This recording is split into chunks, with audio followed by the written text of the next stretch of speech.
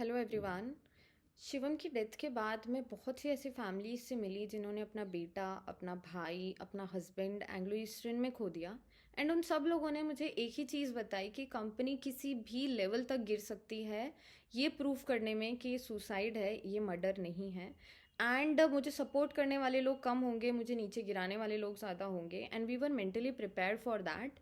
इस कंपनी का एक कॉमन फैक्टर है, यहाँ पर सबको डिप्रेशन ही होता है। अगर सेलर अनमैरिड है तो गर्लफ्रेंड इशू, अगर मैरिड है तो फैमिली इशू, पर सबको डिप्रेशन ही होगा और सबका सुसाइड ही होगा।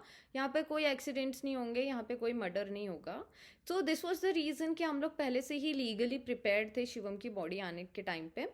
हमने पहले ही कंपनी को ईमेल कर दिया था कि हमें शिवम का जो पोस्टमार्टम होगा यूके में जिब्राल्टर में, हमें उसकी वीडियोग्राफी चाहिए, हमें उसके फ़ोटोग्राफ्स चाहिए, जो कंपनी ने मना कर दिया। जबकि हमने यहाँ पर जो पोस्टमार्टम करवाया, हमने उसमें गवर्नमेंट ने अपॉइंट किया हुआ वीडियोग्राफर प्रेजेंट था, उसने पूरे पोस्टमार्टम की वीडियोग्राफी की है। अगर हमें डर होता कंपनी की तरह तो हम लोग वीडियोग्राफर रखते ही नहीं, हम लोग भी चुपचाप से करवा के पोस्टमार्टम और उसकी रिपोर्ट सामने रख देते जैसे कंपनी ने किया। पर हमें डर नहीं था, इसलिए हमने पहले ही बोला कि हमें वीडियोग्राफर चाहिए वहाँ पर। एंड रही बात सुसाइड की, तो एज दे वर सेइंग कि अगर किसी को शिवम को मारना ही होता शिप पर तो वो उसको समुंदर में फेंक देते।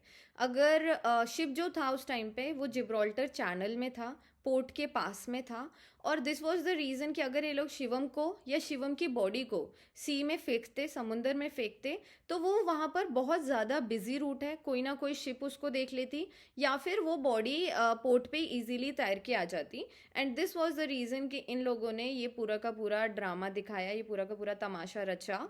Now coming back to the part कि हमने 15 अक्टूबर को हमें मिनिस्ट्री ऑफ एक्सटर्नल अफेयर्स ने बता दिया था कि शिवम का पूरा प्रोसेस ख़त्म हो चुका है एंड नाउ उसकी जो बॉडी है वो इंडिया जा सकती है।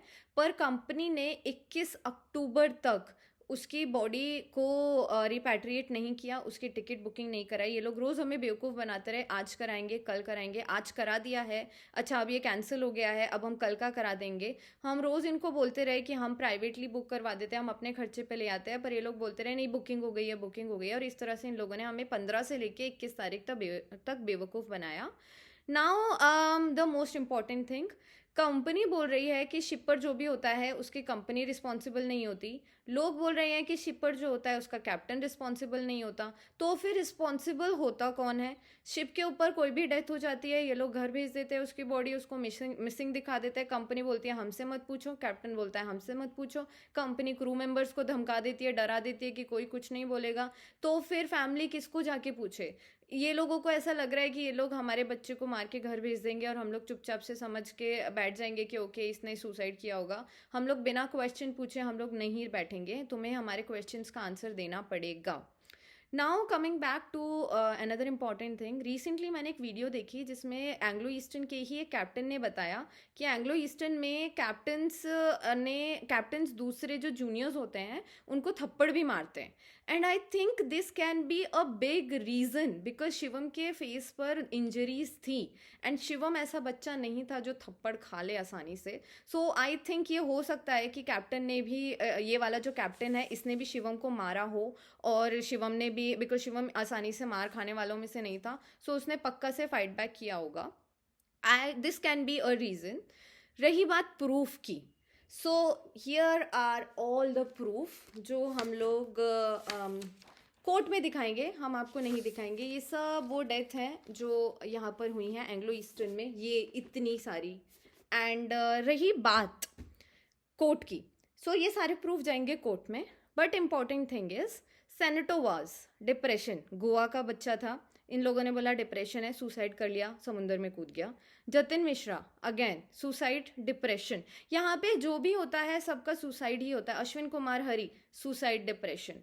एंड जो कंपनी बोल रही है कि हम लोग सुसाइड में हमें कोई पैसे नहीं, कंपनसेशन नहीं मिलेगा, इसलिए हम लोग ये सब कुछ कर रहे हैं। पर जतिन मिश्रा के केस में तो आपने सुसाइड दिखाया था एंड उसको तो आपने 70 लाख रुपीस दे दिए थे। सो या तो आप वहाँ झूठ बोल रहे हो या फिर आप हमें झूठ बोल रहे हो, आप आपके फैक्ट क्लियर कीजिए। अब आती है बात 3 मंथ्स बाद सोशल मीडिया पे आने की। हमने हमारी FIR 30 नवंबर को करवा दी थी, हम 4 अक्टूबर से कंपनी से हेल्प मांग रहे हैं, कंपनी ने हमें कोई सपोर्ट नहीं किया।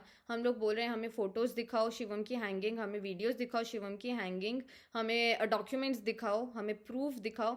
कंपनी हमें कोई प्रूफ नहीं दिखा रही, कंपनी ये प्रूव ही नहीं कर पा रही है कि ये सुसाइड है। हमने बहुत सारे लोगों से मैं मिली, ऐसे भी लोग हैं जो 8-8 साल 10-10 साल से कोर्ट के चक्कर काट रहे हैं, पुलिस के चक्कर काट रहे हैं, एंड उनको अभी तक न्याय नहीं मिल रहा है। और कंपनी इसीलिए अभी तक खुश थी, उनको ये लग रहा था कि ठीक है चलो इनको कोई फ़र्क तो पड़ता नहीं है, हम लोग यहाँ पे कोर्ट के चक्कर काटते रहेंगे, पुलिस के चक्कर काटते रहेंगे, ये लोग अपने पैसे भरते रहेंगे घरों में जा जा के, इनको कोई फ़र्क नहीं पड़ रहा था। So this was the reason कि मैं सोशल मीडिया पे आई।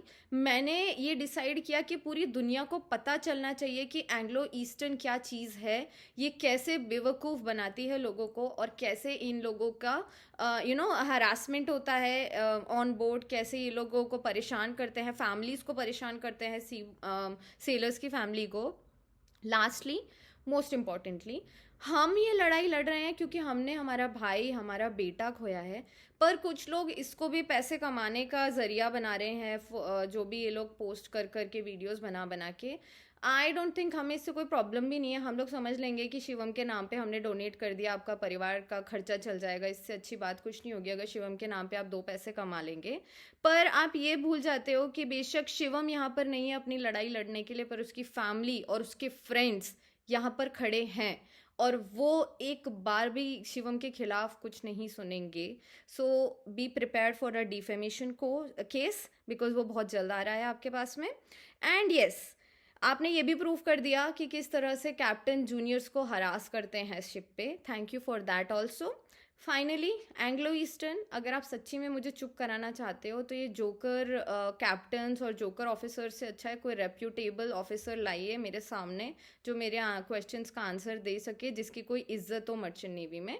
तो हम लोग उसको थोड़ा सा कुछ वैलिडेट करेंगे, वरना ये जोकर्स की बातों पे तो हम लोग नहीं आने वाले। Thank you.